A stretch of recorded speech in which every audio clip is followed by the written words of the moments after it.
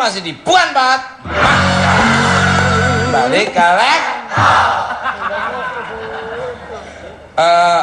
selamat malam Pak Icang, apa kabarnya? Baik.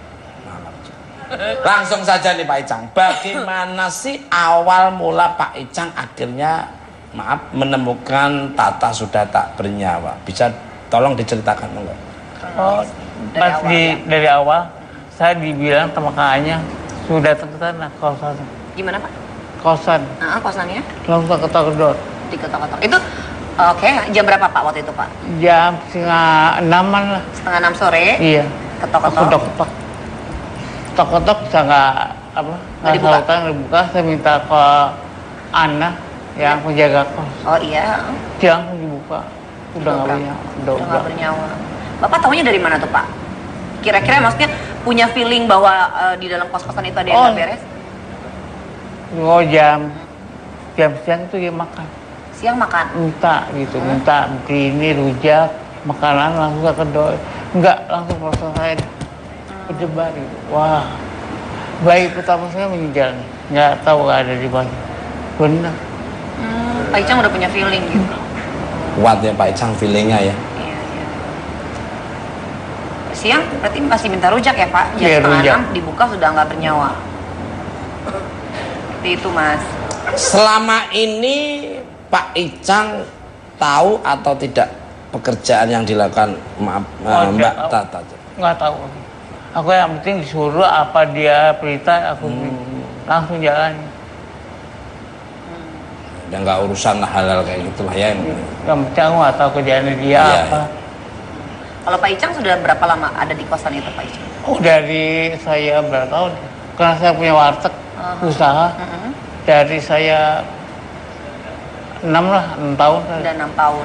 Biasanya disuruh beli apa? Disuruh apa biasanya? Yang sering? Makanan, nganterin dia pergi udah itu aja. Makanan? Sama nganterin pergi. Oh, biasanya pergi kemana? Ke mall. Oh. Cie Pak Icang ke mall.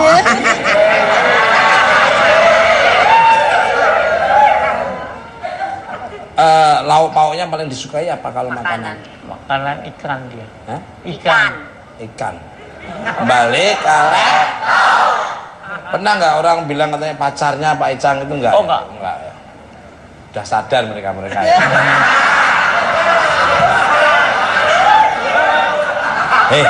Ini aku ngobrol sama Pak Icang loh. Seperti apa sih seorang Tata Cabi sifat sehari-harinya nih Pak Icang? Monggo. Oh, dia baik ramah. Misalnya apa kebaikannya itu? Oh, dia nyuruh sering keluar kamar gitu. Udah itu aja. Kalau ngasih tip berapa biasanya? Oh, biasanya paling gede 20 dia. 20 ribu. Oh, 20.000. Itu aku malah lebih ya kamu ya. 20 sampai 2 tahun.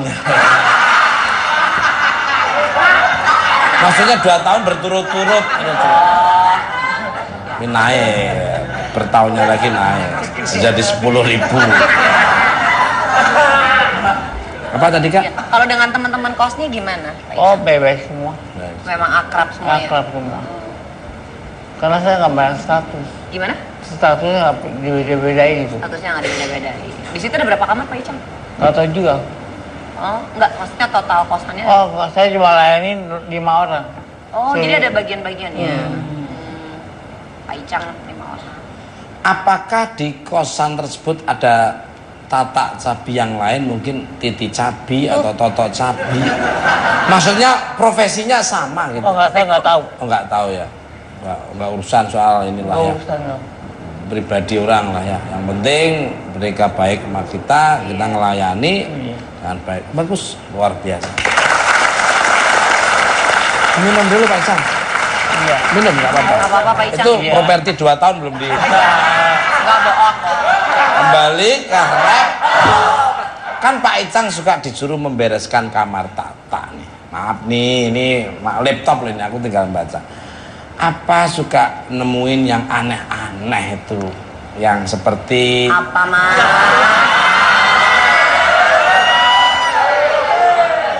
ini nggak disebut ya?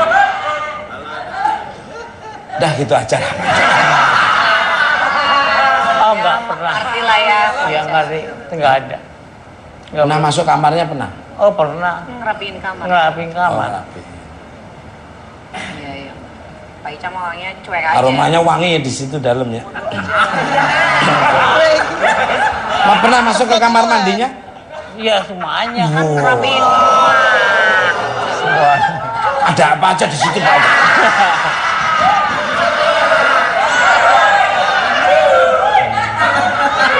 Orang nanya ya ketahuan. Ada sesuatu. Ada gantungan kunci di situ.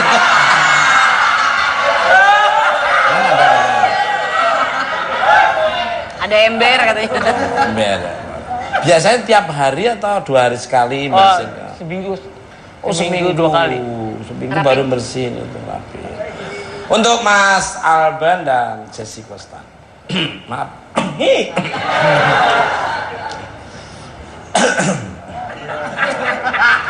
Apakah ada pengawasan dari pemilik rumah kos yang ketat sehingga ingin keluar dari kos? Monggo. Kalau saya dulu saya kenapa pindah karena memang lingkungannya memang nggak nyaman Iya. dan terus memang penjaganya juga memang tidak ada penjagaan gitu jadi bebas. Makanya saya pindah gitu. Tapi kalau untuk apa tadi? Ada yang kontrol yang punya kos Iya, itu. ibu kosnya yang punya kos. Kalau yang saya berikutnya itu memang dia tuh satu rumah mas, satu rumah dan memang ibunya di situ dan dia tuh cuman ada 4 kamar. Jadi memang terkontrol gitu. Dan nggak boleh laki-laki nggak boleh masuk. Sama mas saya. Saya dikit-dikit terus ada kesempatan saya tuh tanya ini, saya gimana ya? Loh kan kamu di situ nguriwariwi ngapain? Itu kalau ada yang kos agak lumayan, mending yang bibirnya kayak lemari es gitu, yang netes terus. Itu dulu kadang-kadang gua cari perhatian, ini berang-berang ini biasa. Ya ampun. Ya, ya. Itu siapa? Ada motor masuk, helmnya harus dibuka. Di situ harus helm buka saya. Yang buka. Buka, karena kan siapa tahu dia mukanya berubah di situ buka lah. Jadi kalek. Kalau dari Mas Alben, Kalau saya sendiri justru lebih senang kalau dikontrol, Mas. setuju. Jadi dulu tempat saya ngekos ada tiap lantai ada kamera, pintu masuk keluar ada kamera, terus ada jam malamnya, Mas. Setuju sekali. Dibatasin jam malam. Setuju. Kamu keluar masuk, terus juga pakai akses kalau mau masuk. Luar biasa. Ini gua demen. Demen ya. Jadi aman gitu. Enak. Pemirsa, untuk membahas fenomena kos plus plus ini saya sudah kedatangan bintang tamu seorang psikolog yang sangat cantik yang sudah sering hadir di Bukan Rahmat. Siapa dia? Kita sambut Tara The Tall. Aku wanita yang sedang jatuh cinta, ingin membawa kesan ke dalam hidupku selamanya. Aku wanita yang sedang jatuh cinta, ku harap dia merasanya.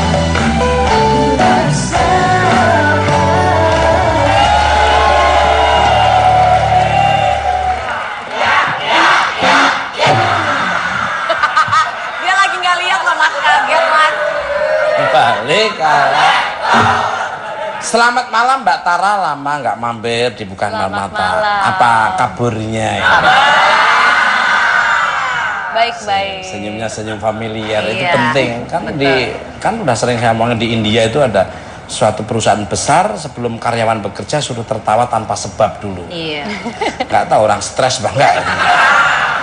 Ngomongin tentang tema kita malam ini, menurut Mbak Tara sebenarnya yang seperti apa sih kos-kosan yang bisa disebut kos plus plus nih? Monggo. Ya intinya tujuan kos itu kan sebetulnya mempermudah orang yang menggunakan sarana kos itu bisa untuk bekerja atau kuliah, tetapi pada akhirnya disalahgunakan gitu, malah digunakan untuk kepentingan-kepentingan yang justru ya merusak diri sendiri ataupun malah mengganggu keamanan lingkungan gitu. Apa sih yang membuat rumah kos banyak menjadi pilihan untuk tempat tinggal khususnya anak muda nih? Monggo Mbak. Ya karena sebetulnya pada dasarnya secara nature ya semua orang kan pasti pengen bebas dong. Iya. Semua orang pengen bisa melakukan apa yang diinginkan tanpa ada batasan. Nah, problemnya terutama misalnya remaja gitu ya. Mereka merasa bahwa sudah dewasa, mereka sudah bisa membuat keputusan sendiri dan merasa bahwa tempat kos itu adalah tempat di mana mereka bisa istilahnya tes kemandiriannya lah. Nah, problemnya nggak semua orang itu sudah siap untuk menerima kebebasan. Harusnya kan bebas itu berlaku untuk orang yang bisa memperlakukan bagaimana kebebasan dengan semestinya gitu. Tapi kadang-kadang justru banyak orang yang merasa shock dengan kebebasan itu karena memang belum memiliki batasan-batasan dan nilai-nilai yang kuat juga dari dirinya sendiri. Sangat setuju. Karena seneng saya, adem perasaan saya. Kalau ngobrol sama orang modern, orang cerdas tuh nyambung saya. Tapi ngobrol sama teman-teman saya, kerugian udah di depan mata. Enak ngobrol, nanti nangkep langsung, oh maksudnya begini. Iya. Boleh bebas tapi tahu diri. Betul. Ini batasannya seperti apa. Kalau ini kayaknya kebebasan, kalau ini memang sebagai rem, sebagai kontrol untuk supaya tidak merugikan orang lain atau mengecewakan orang tua yang jauh-jauh menyuplai mungkin dana untuk supaya anaknya bisa sukses, bisa berhasil yang apa yang dia inginkan. Terus senang, enak. Dialog ngobrol sama orang cerdas tuh enak. Apalagi sama Pram ya, Pram ya. Musingin Enak Mas. Enak untuk dia, nggak enak untuk saya. Kembali ke kasus, maaf, untuk Tata Cabi yang hangat dibicarakan belakangan ini ternyata melakukan kegiatan, maaf ini ya, di kamar kosnya. Apakah sudah sedemikian bebaskah perilaku asusila di kalangan anak muda hingga akhirnya warga sekitar acuh dan membiarkan makin subur nih, monggo. Sebetulnya mungkin bukan acuh juga, cuman kadang-kadang sebagian orang justru memilih memang untuk acuh. Karena ketika orang tidak acuh, maka orang merasa harus bertanggung jawab kan? Iya. Dan ketika bertanggung jawab berarti harus melakukan tindakan. Sedangkan untuk memperbaiki masalah-masalah sosial itu kan bukan hal yang mudah gitu kan. Dan kalau dalam teori psikologi ada istilah bystander effect. Wah, senang jadi saya. istilahnya ini kan tanggung jawab bersama, bukan hanya tanggung jawab saya. Berarti seharusnya orang lain juga melakukan sesuatu dong untuk mengatasi ini, bukan saya. Iya. Tapi orang ternyata cenderung pada akhirnya melakukan ya istilahnya conformity. Jadi kalau misalnya satu orang nggak melakukan tindakan apapun, ya saya juga memilih untuk tidak melakukan tindakan apapun gitu. Tapi kalau dibilang apakah sudah sebegitu bebasnya kos-kosan dan remaja sekarang, ya sebetulnya belum tentu juga. Cuman Mungkin karena artinya nggak tahu juga kali ya. ya karena kontrol diri kan harus dari dalam dan dari luar kan. Kalau dari dalam kan gimana orang itu betul-betul mampu mengendalikan dirinya sendiri, tahu mana yang baik dan tidak baik. Sama dari luar harus ada pengawasan dan juga ada konsekuensi langsung. Masalahnya kalau di kos-kosan kendali luarnya nggak ada. Jadi betul-betul diserahin ke diri sendiri. Betul. Nah, problemnya adalah sudah mampu atau tidak untuk bisa melawan godaan yang ada, karena godaan itu pasti banyak banget. Betul. Gitu. Luar biasa. Untuk kasus Tata Cabi juga menguak praktek asusila via sosial media yang terjadi di kos-kosan. Kok bisa ya? Kenapa sih media sosial dijadikan pilihan apalagi alat dalam praktek asusila tersebut? Monggo. Iya, karena memang tujuannya itu kan untuk bisa mendapat pekerjaan sebanyak mungkin kan. Iya. Dan sosial media itu kan yang paling gampang untuk bisa menjangkau banyak orang. Sehingga pada akhirnya memang sosial media jadi suatu sarana gitu. Tapi kan sebetulnya yang paling penting ketika memang orang itu, artinya si pelaku ya, sudah memahami image-nya seperti apa dan memang ingin orang lain mengetahui dia punya image seperti itu, sehingga sosial media bukan jadi hal yang memalukan gitu. Artinya kan kalau kita menunjukkan kekurangan diri kita ke sosial media kan justru kita harusnya merasa malu. Ini malah gitu buat kan. promo ya. Ya, karena memang tujuan utamanya sebetulnya itu, dan memang itu image yang ingin ditonjolkan sih sebetulnya. Apa Pram? promonya. Gitu ya, ya. Dan kalau langsung kontak gitu, kalau menghubungi nggak ada maklar-maklarannya ya, nggak Iya. dipotong presentasinya ya. Benar. Biasanya Kalau dulu kamu kepotong berapa Kak? Ya ampun Mas. Enggak, kalau dapat job itu loh, job MC. Bilang dong lawak. mas, ntar jadi salah ngerti. Orang jadi salah paham dong. Berapa? Kalau dari manajemen ya mas? Iya ya. 20%. Luar biasa sekali. Kurang banyak. Tapi dibayar cash and Iya, carry. jadi kalau hubungan langsung ke Vega kan nggak tanpa potongan ya. Mungkin Iya. begitu ya Mbak Tapi ya. iya, beda-beda. Dan kenapa alasannya di kosan juga tadi kenapa Mbak? Apa karena mudah? Lebih Biasanya kan- praktis murah kan Murah kalau ya, di Mas? hotel kan bayar check-innya berapa ya Pramnya. Belum habisnya masuk aja harus ngasih makan dulu. Dikasih daftar menu. Makan kalau nggak makan satu piring 60 juta ya Bang malu. Ya sebetulnya kan bisa di mana aja. Iya, iya. Gitu. Cuman memang kebetulan ya mungkin saat ini yang terekspos memang kos-kosan, tapi Kos-kosan, sebetulnya ya. kan itu bisa di mana aja dan mungkin Kan memang ada level-levelnya juga kayaknya ya Mbak. ya dan saat ini mungkin buat dia misalnya untuk si pelaku mendapatkan pelanggan sebanyak mungkin lebih penting daripada image-nya Image-nya, dia ya. di mata sosial gitu. Luar biasa sekali ya. Analisnya. Kembali ke mana tadi? Iya kan? Bagaimanakah sebaiknya sikap orang tua ketika harus melepas anak mereka untuk tinggal di rumah kos? Nah, Dibekali. Sebetulnya sikap orang tua untuk melepas itu tidak bisa hanya oh besok anak ini mau dilepas nih atau bulan depan mau dilepas jadi kita harus kasih wejangan, nggak bisa begitu sih karena ini prosesnya dari awal Iya. gitu. Artinya dari awal harusnya orang tua memberikan disiplin, kemudian mengajarkan membentuk perilaku kontrol diri yang Setuju. baik dan ketika memberikan peraturan tidak hanya semata-mata kasih peraturan Setuju. dan kemudian dipunish, Setuju. tapi betul-betul harus diberikan penjelasan sehingga intisari larangan itu masuk di pikiran anak gitu Betul. sehingga anak pun akan develop kontrol diri sendiri seperti Betul. itu. Luar biasa. Sangat bagus. Balik ke lab. Ke Pak Icang.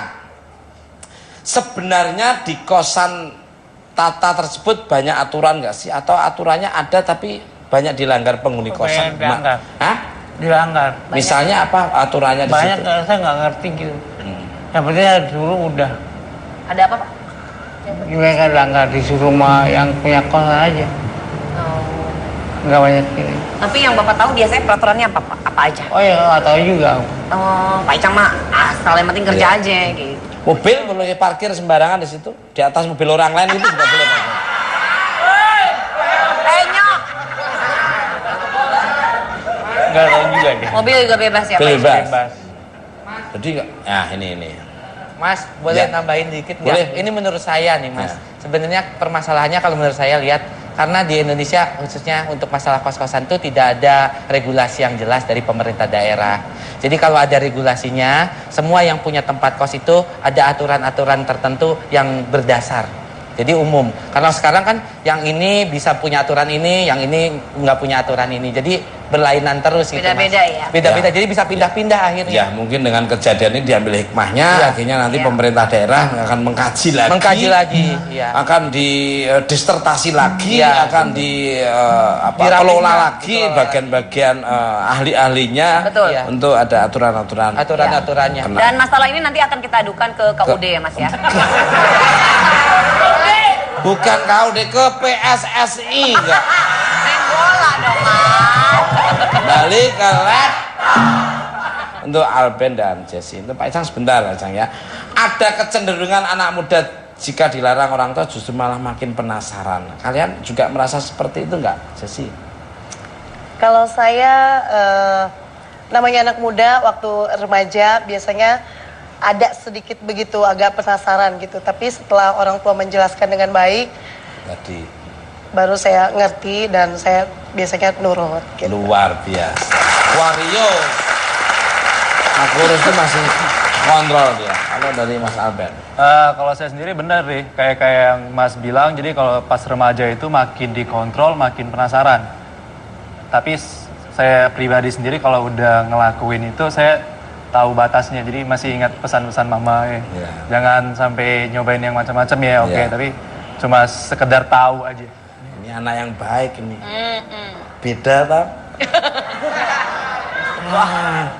banding-bandingin. Uang suruh bayar uang SPP habis tuh makan jajan.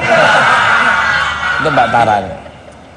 Gimana nih solusinya untuk yang mudah penasaran akibat dilarang-larang? Apakah hanya terjadi di Indonesia saja nih? Monggo. Sebetulnya nggak juga, tapi memang ada perbedaan pola asuh ya dari di Indonesia dan di negara berkembang lainnya gitu ya. Kalau di negara berkembang, mereka biasanya pola asuhnya lebih ke demokratis. Jadi artinya peraturan dibahas bersama, anak diajarkan untuk mandiri sejak kecil. Ya contohnya deh, dari bayi aja tidur sendiri. Kalau kita bayi tidurnya pasti barengan sama kita, misalnya gitu.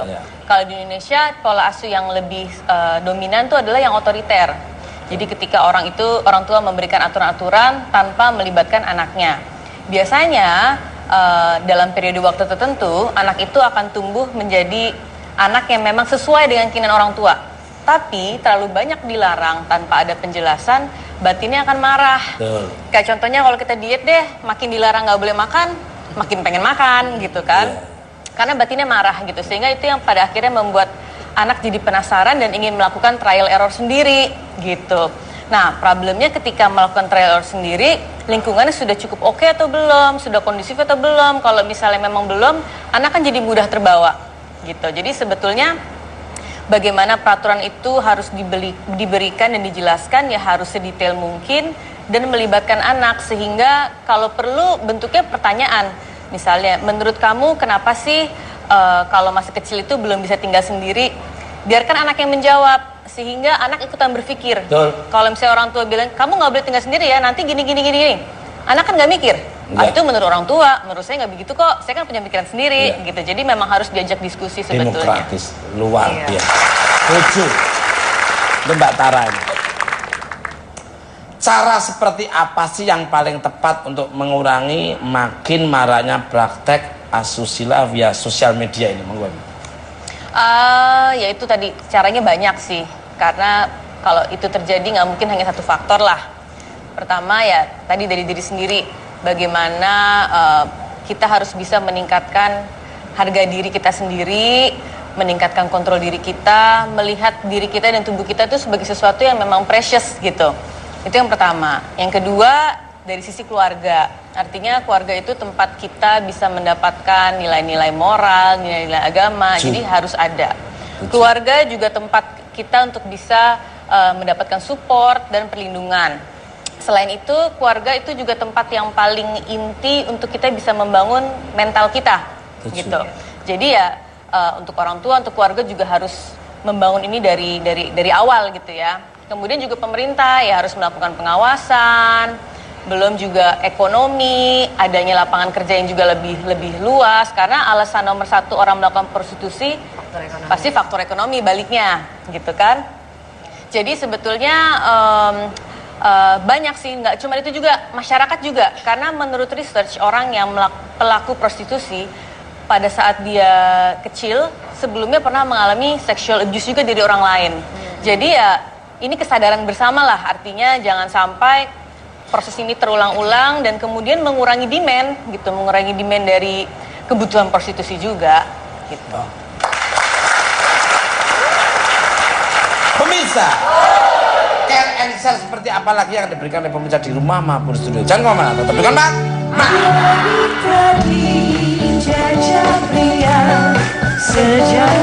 Mengetahui dia punya image seperti itu, sehingga sosial media bukan jadi hal yang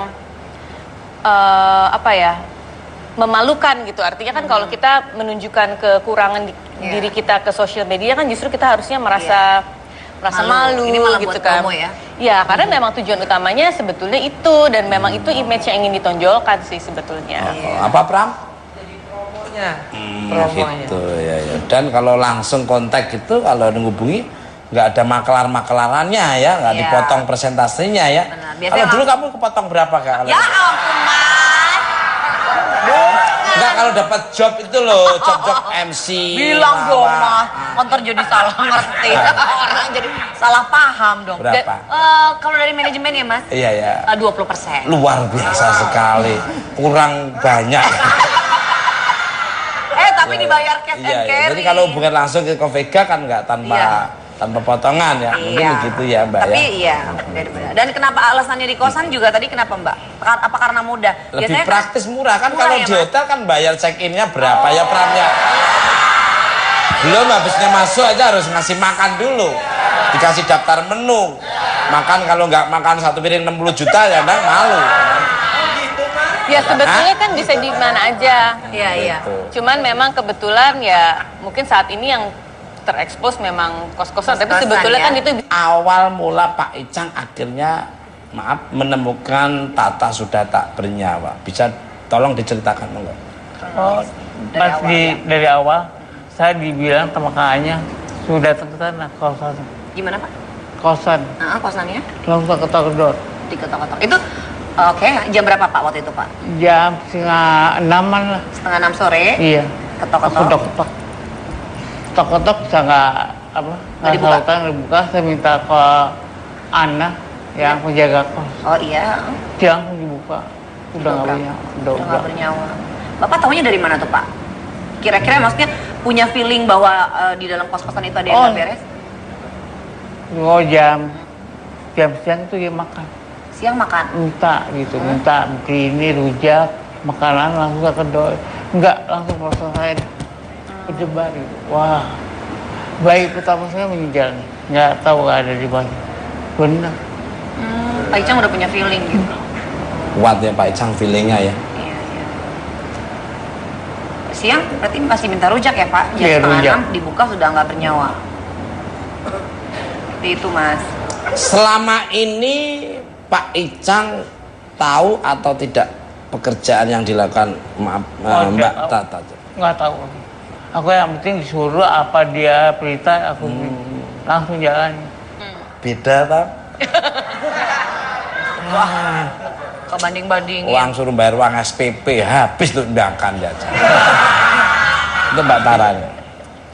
Gimana nih solusinya untuk yang mudah penasaran akibat dilarang-larang? Apakah hanya terjadi di Indonesia saja nih? Monggo.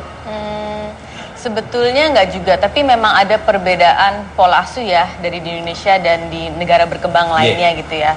Kalau di negara berkembang, mereka biasanya pola asuhnya lebih ke demokratis. Jadi artinya peraturan dibahas bersama, anak diajarkan untuk mandiri sejak kecil. Ya contohnya deh, dari bayi aja tidur sendiri. Kalau kita bayi tidurnya pasti barengan sama kita, misalnya gitu. Kalau di Indonesia, pola asuh yang lebih dominan tuh adalah yang otoriter. Jadi ketika orang tua memberikan aturan-aturan tanpa melibatkan anaknya. Biasanya dalam periode waktu tertentu, anak itu akan tumbuh menjadi anak yang memang sesuai dengan keinginan orang tua. Tapi terlalu banyak dilarang tanpa ada penjelasan, batinnya akan marah. Kayak contohnya kalau kita diet deh, makin dilarang nggak boleh makan, makin pengen makan gitu kan. Karena batinnya marah gitu. Sehingga itu yang pada akhirnya membuat anak jadi penasaran dan ingin melakukan trial error sendiri gitu. Nah, problemnya ketika melakukan trial error sendiri, lingkungannya sudah cukup oke atau belum, sudah kondusif atau belum. Kalau misalnya memang belum, anak kan jadi mudah terbawa gitu. Jadi sebetulnya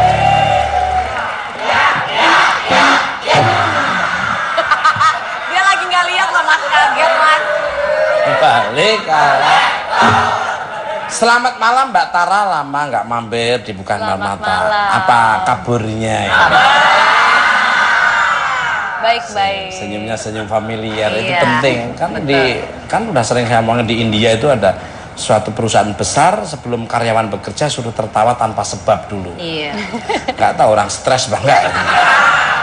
Ngomongin tentang tema kita malam ini, menurut Mbak Tara sebenarnya yang seperti apa sih kos-kosan yang bisa disebut kos plus-plus nih? Monggo Mbak.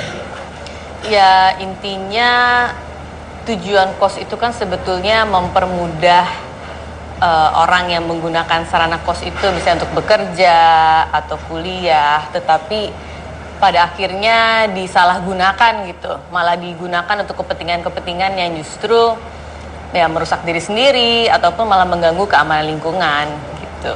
Apa sih yang membuat rumah kos banyak menjadi pilihan untuk tempat tinggal khususnya anak muda nih? Monggo Mbak. Ya karena sebetulnya pada dasarnya secara nature ya, semua orang kan pasti pengen bebas dong. Semua orang pengen bisa melakukan apa yang diinginkan tanpa ada batasan. Nah problemnya terutama misalnya remaja gitu ya, mereka merasa bahwa sudah dewasa. Saya, kenapa sih media sosial dijadikan pilihan apalagi alat dalam praktek asusila tersebut? Monggo.